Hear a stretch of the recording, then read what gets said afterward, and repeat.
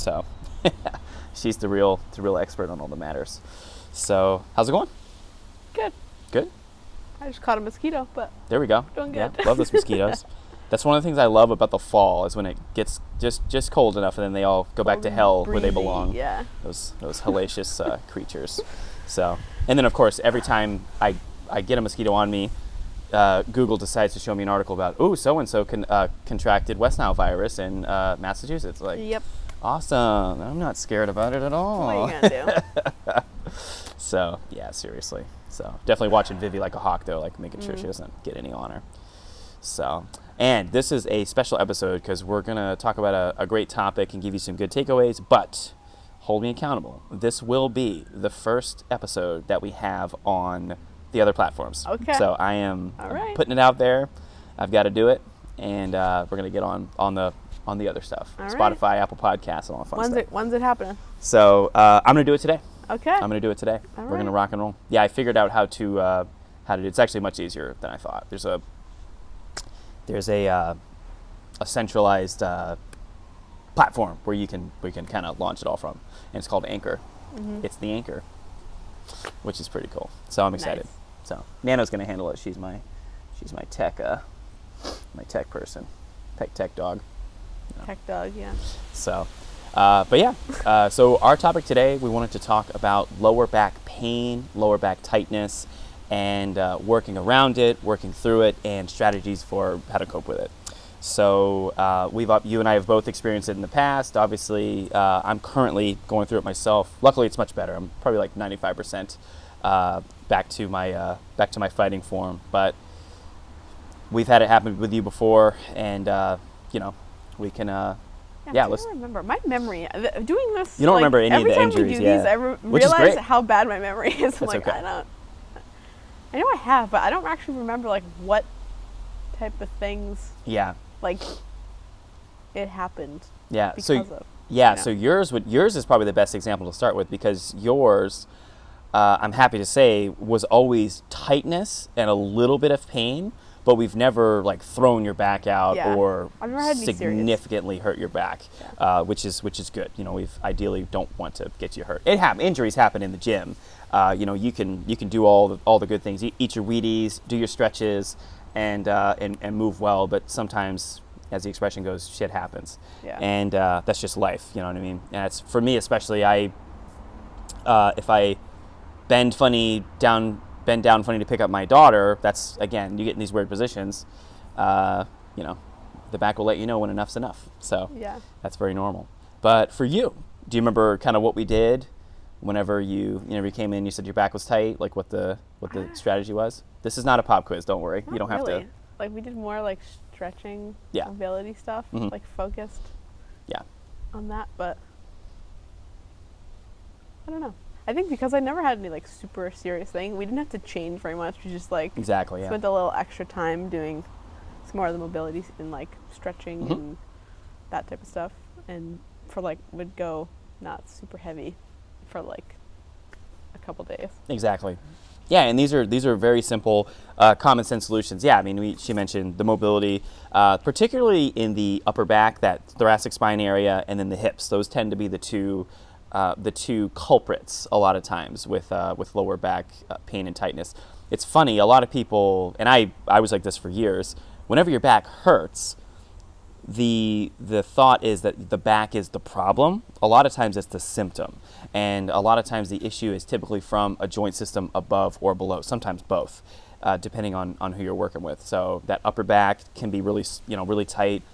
We spend all our time in this hunched over position, working, texting, driving, everything.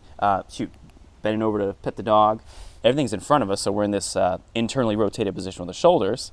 And if we're not counteracting those positions through training, through movement, through other things, then that's what provides the problem. I think one of the articles I read recently, it was a physical therapist, they said sitting isn't bad inherently, but we're just doing too much of it, and we're not counterbalancing it with enough movement. So so we do our T-spine openers, the rainbows, the hit that pretzel stretch. We hit not as much hip flexor stretch as you would think. We do a lot of like posterior hip, like the 90-90 stretches and that kind of stuff. And I have videos of all of that on the channel, by the way, so feel free to check those out. They're great. They're great drills. We do them before every session. So, Yeah. and for you, were you going to say something? No. Oh, Thinking. I thought you were like about to drop a knowledge bomb.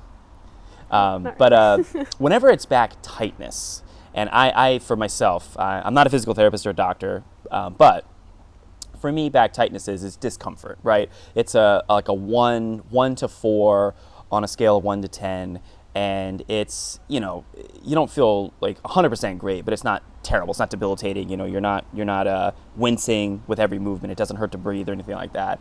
A lot of times with the mobility, with a good proper warm up, so good deep belly breathing, it's a lot of times that can kind of make it go away. We can kind of work with it and open up the body and get you moving well, and then get to training. And ideally get that 3 or 4 down to like a 1 or a 2, or ideally a 0, and get to like, oh yeah, I feel 100%. So, you wake up on the wrong side of the bed, you're a little stiff, but if you do some movement, you get walking, and you start to immediately feel relief and improvements. That's what I would classify as back tightness. And so for Marissa, I'm happy to say we got a pretty good plan together for her.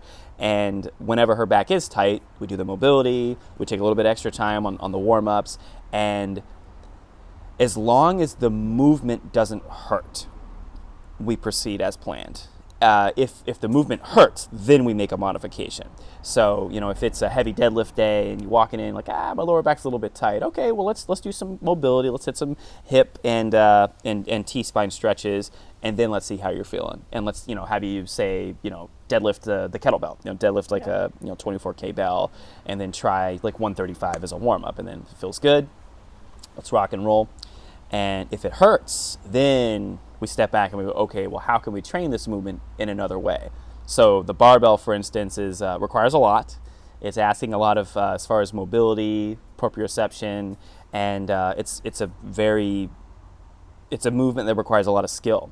So that's why I love the kettlebell so much. Is the kettlebell deadlift tends to be much easier for people to kind of get. So, and with our collection, we can train the kettlebell deadlift rather heavy anyway. So. Yeah. That's another piece there. Yeah, I think there's also an interesting, an important difference and kind of similarity between if you just did a really heavy workout one day and the next day you're just a little sore because your muscles are tired, fatigued, whatever. Yeah. And you did something with a slightly bad form or something, so the muscle was a little a different. It's just a different. I feel that's one of the things I always kind of was never, I would sometimes struggle to define whether it was a normal okay, I just worked out really hard, or I didn't do something right and now it's a more of a strain from something went wrong. Oh, absolutely. Yeah. So I feel there's a fine line of trying to be address it appropriately, because the treatment I feel of those two things, how you react, it would be slightly different if it's a normal absolutely. amount or and because sometimes, especially if you're not used to having either one, I feel it's hard to, for me in the past has been hard to identify, unless it's a bone spine or something is in pain. If it's a muscular tightness type thing, I feel it's hard to pinpoint is this normal or not. No, absolutely, and that's where experience is the best teacher. Mm-hmm. Time in the game. You, especially for yourself. I tell my clients all the time, no one knows your body as well as you do. So that's always the big key. There is I can have a heavy deadlift or a heavy squat or whatever, a heavy kettlebell swing workout plan for Marissa, but if she's not feeling physically up to that task that day, there is responsibility on her to tell me that. And that's the key there, is it is a two-way relationship. It's not a dictatorship. I'm not just telling Marissa, this is what you have to do. These are the weights, reps, sets, and all that stuff. There's the door swings both ways. It's definitely two-way communication. So if you have a coach that takes on kind of that more of a dictator type mindset, I challenge you to have a conversation with them and see about working on that, because that one size fits all, full metal jacket, Marine Corps boot camp style. It just doesn't work for everybody. And if you're coming in, something's hurting, tell your coach immediately, because whenever you tell me, we always find it early, and there's like a little minor issue, we work with it, we work around it, and then we prevent it from becoming a major issue, which is the key. Because I feel like there's a lot of times where something's not that serious. Yeah. You're like, you can keep doing what you're doing, but then it just like builds up, and then you're gonna get into real problems. Oh, absolutely. And you're right. Like you learn your body over time, and there is a difference between just regular muscular soreness and like a little bit of overuse and then actual like an injury, right? So there's a big differences there. For myself, I actually did injure my back. I was going just too much weight, too much volume, all of the above. It was like actually almost 2 years ago now. It was two Decembers ago. I was doing heavy single arm work with my buddy Mike. Mike is way stronger than me. It's not even funny, like just ridiculous. I'm now hitting double 32s on swings, and at this point in the program, Mike and Sean were both doing like double 40s, double 44s. Like they're a cut above in many ways. But it's cool. I like seeing them train hard because it makes me want to train hard as well. So I tried to go rep for rep with Mike, and he's doing single arm swings with 48, 44, and 40. He's doing like a ladder. And I did the first round with him, and I definitely got really fatigued. I tried to push through it, and I didn't feel anything during the session, funny enough. I felt fine. I was like, but I definitely compensated. I likely leaned back a little bit, did some hyperextension, and the next day, let me tell you, getting out of bed was brutal. It was bad. It was bad. Bending down, like actually with proper form, just like essentially squatting down to pick up an 8 kilogram kettlebell for my client was extremely painful. So for that, I didn't go see a doctor. Now, I'm not saying that's the right way to do it, but I also know my body really well. I've thrown my back out before, and I know what it takes for me to get back to where I need to be. It's just I take time, I rest, but I do active rest.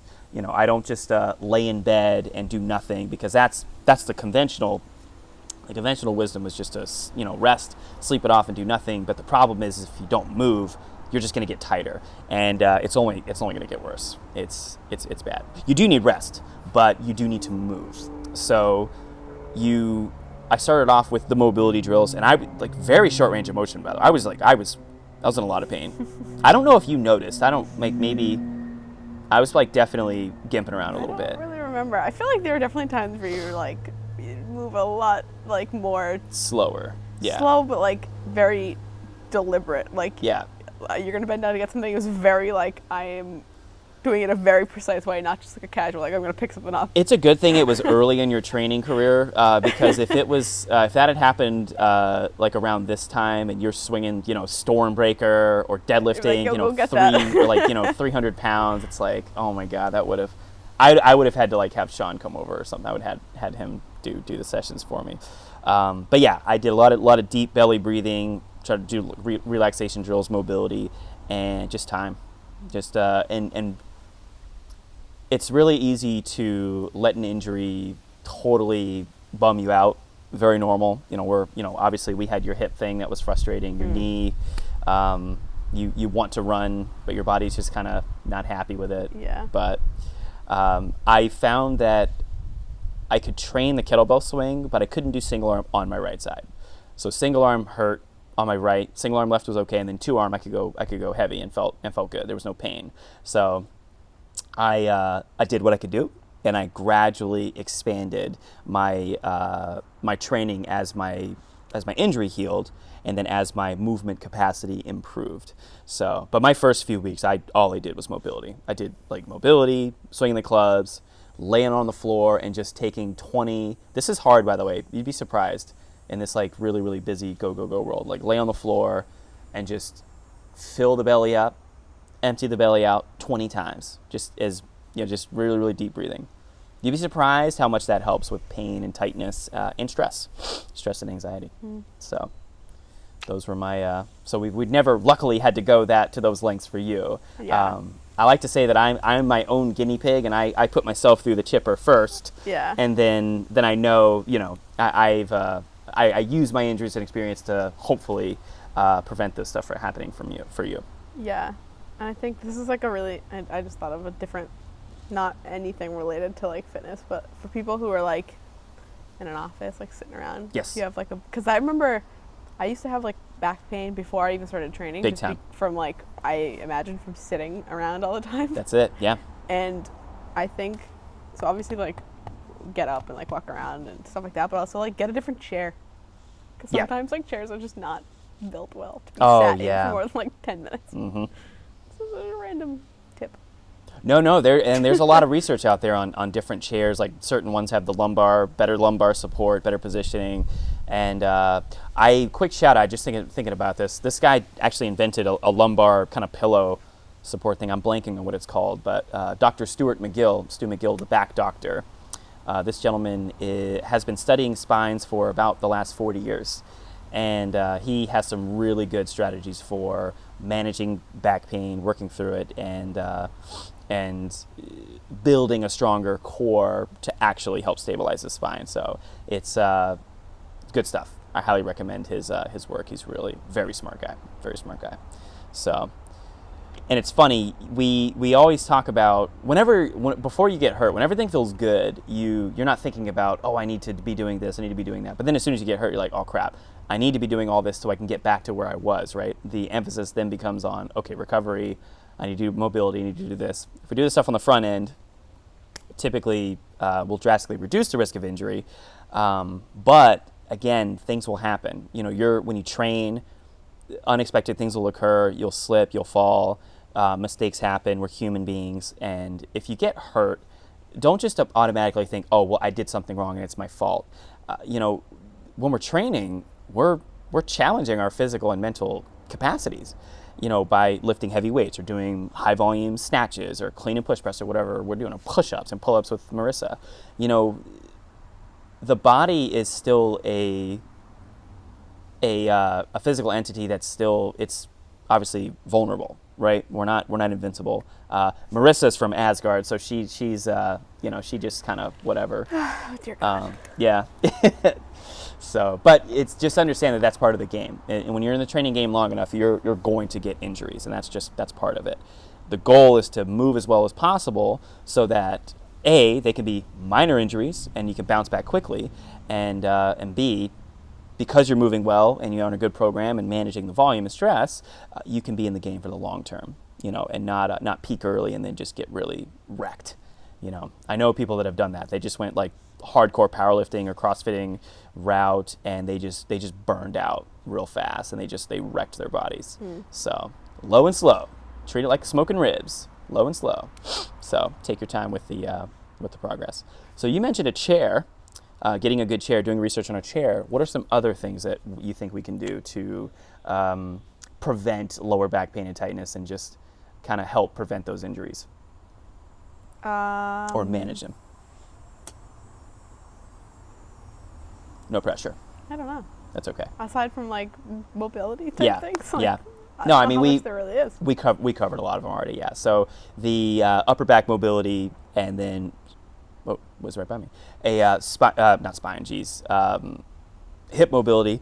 It's funny. A lot of people stretch the lower back, thinking that stretching the lower back is actually going to help with lower back pain. A lot of times it'll give you very temporary relief, but it's not treating it's treating a symptom, but not treating the cause. So the people do like the bend down, touch your toes, that kind of stuff. It's not a long-term solution. Trust me, I know. I tried it for myself in the past. It'll give you immediate relief, but it's very fleeting. It doesn't last very long. The lower back, the lumbar spine there is movement in it. It should move a little bit, but it's not meant to be very mobile. Like, you shouldn't be able to bend your spine super, super far, particularly under load. Now, there's a difference if you're doing like a yoga pose, a cat-cow, if you're doing some cars or some of the RKM stuff. But if you're squatting, you're deadlifting, you're bench pressing, the key with core strength is your core is bracing and getting tight and pressurizing to add stability to your spine. And that's the big piece there. That's one of the things I really learned from Stu McGill that really changed my whole view on core training, which luckily was right before you and I started, so I was on a better path. But the whole focus on like sit-ups and a lot of movements that are spinal flexion focused, like sit-ups, crunches, those aren't bad. per se, but your planks, your hollow body holds, your hangs, anything where the core is getting tight to stabilize the spine, that's more direct carryover into what the core is actually designed to do to help stabilize your spine for movement. So it's my little piece there. So. And it's not, I think I've mentioned this on previous shows, it's not that bodybuilding like stomach vacuum. You're not sucking your stomach in. You're not trying to kind of bring the belly button into the spine. It's just pushing out and against it and just really bracing. What do I always say? Act like somebody is going to punch you. Is going to punch you. We're not going to name him. We're not going to name the guy, but act like a very, very deadly former world heavyweight champion. Who became world champion 25, by the way, is going to punch you. And just that bracing and tightening is critical. Squatting, deadlifting, benching. Watch videos of people lifting, people of experienced lifters, and with a deadlift or a squat, the hips, the knees, the ankles are extending. The actual spine itself is essentially like a crane. It's moving as a single unit. It's not moving along the disc, ideally, unless something goes wrong. So deadlift's the same thing. It's that crane arm just coming up, and it's the hips and legs that are actually lifting the weight, lifting the barbell. So, all right. So T-spine mobility, hip mobility, and strength. You want strength in those areas as well. So lifting and getting stronger is also a really big factor. And when there's pain and something hurts, do your mobility, do your deep breathing, and kind of dip the toe in the water and gently find what you can do to move. Because there's always a way to train. You can always train around an injury. You just have to be a little creative. So if that being said, if anyone has any questions about back pain, back tightness, how to work around it, work through it, feel free to comment below. You can hit us up on the Instagram page, Strength with Purpose. You can also hit up Marissa. She's a subject matter expert as well. So hit her up about training. Oh yeah. Give her the. Are you up to? You got a couple mil now? Couple mil followers? For sure. Killing it. Yep. Definitely. Yep. So, she does makeup tutorials as well, and we'll sell you some supplements. You're right. So. That's really my big. She's really big focus. Those late night makeup videos. Yeah. So, but no, that was it. Do you have a good dog joke? Geez, you have a dad joke? No. I don't either. I should have prepared one. I forgot. I've been forgetting to prepare. This is a typical thing for me, though. Nano, you got one? I gotta start writing them down. Every once in a while, someone will say one, and I'm like, I want to write one on my arm. I did the Spider-Man one last time, though, right? Yes. I did. Yeah, I can't do the Spider-Man one again. So we'll do it next time. We'll think of it. All right. Well, yeah, we'll do two next time. Because it's going to take me too long to find one. So, because I also did the sheep's favorite food. You definitely did, but I don't remember it. I did that one. I kind of want to just say it again. Do it. I'm going to say it again. What's the sheep's favorite food? I don't know what. A Baja Loney sandwich. Oh, okay. Boom. Goodbye. Thanks, guys. We'll see you next time. Oh, man. Was that terrible? Pretty bad. All right.